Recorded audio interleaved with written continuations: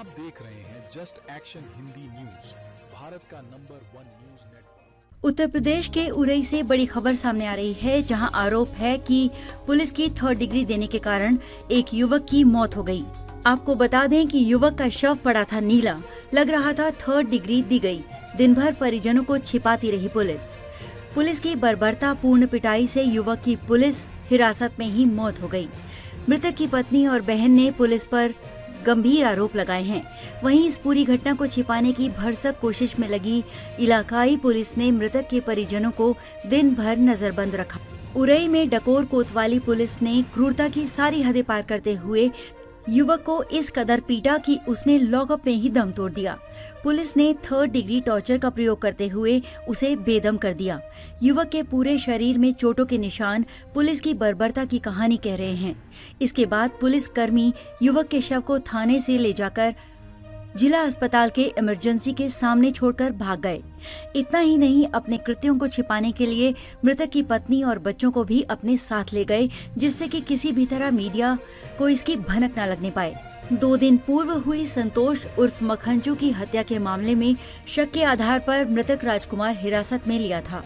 इसके बाद डकोर कोतवाली पुलिस ने जुर्म कबूल करवाने के लिए उसे 3rd डिग्री यातनाएं दी, जिससे पुलिस कस्टडी में ही उसकी मौत हो गई। थाने की गाड़ी से 2 सादा वर्दी में सिपाही आए और उसके शव को जिला अस्पताल के गेट के सामने छोड़कर भाग गए। गेट के सामने शव पड़ा देख जिला अस्पताल के कर्मचारियों में खलबली मच गई। इमरजेंसी में तैनात डॉक्टर तारा सहजानंद ने तैनात एक वार्ड बॉय को कोतवाली पुलिस को सूचना देने के लिए भेजा, तो पुलिस ने उसे ही बिठा लिया।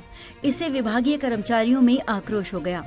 कुछ भी कहने से बचते रहे पुलिस के अधिकारी।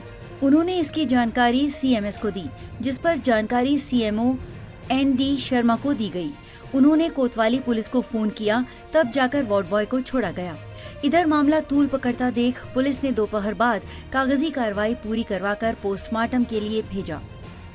वहीं इस मामले में पुलिस का कहना है कि हत्यारोपी बीमार था, इसके चलते उसकी मौत हुई है। लेकिन युवक के शरीर पर गंभीर चोटों के निशान पर पुलिस के अधिकारी कुछ भी कहने से बचते रहे। परिजनों ने किसी भी प्रकार की कोई शिकायत नहीं की है। एसपी डॉक्टर इरज राजा ने बताया कि युवक हत्या के मामले में वांछित था। गिरफ्तार करने के दौरान ही गाड़ी में ही उसकी हालत खराब हो गई थी। थाने में लाते ही उसकी मौत हो गई। एक पैनल की मौजूदगी में शव का पोस्टमार्टम कराया जा रहा है। जो भी रिपोर्ट आएगी उसी के हिसाब से कार्रवाई की जाएगी। परिजनों ने किसी भी प्रकार की कोई शिकायत नहीं की है और न ही कोई आरोप लगाया है। आइए जानते हैं पूरा मामला क्या था।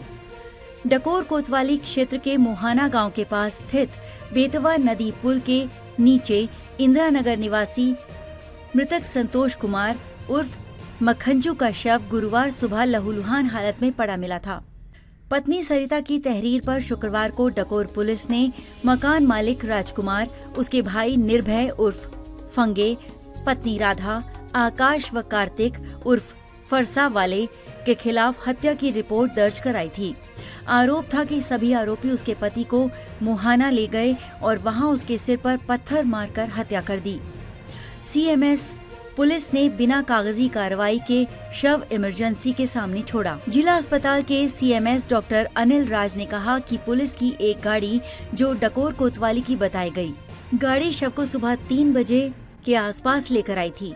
इमरजेंसी में मौजूद डॉक्टर ने पुलिस से जरूरी प्रपत्र मांगे तो वो शव छोड़कर चले गए।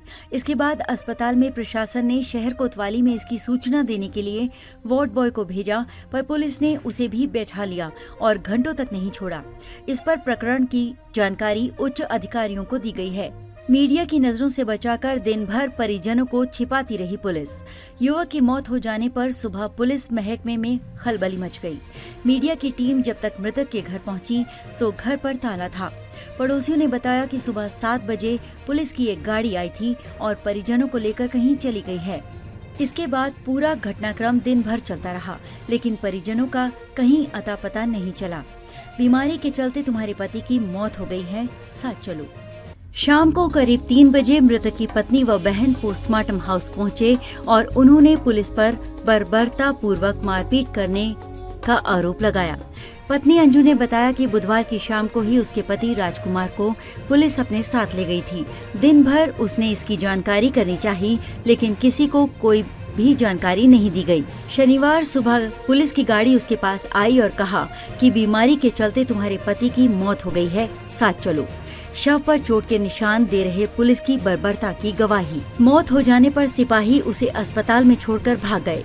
बाद में पुलिस की तरफ से कहा गया कि उसकी हालत बिगड़ गई और बीमारी के चलते उसकी मौत हो गई, लेकिन मृतक राजकुमार के शरीर पर चोटों के निशान उसके साथ हुई बर्बरता की गवाही दे रहे थे।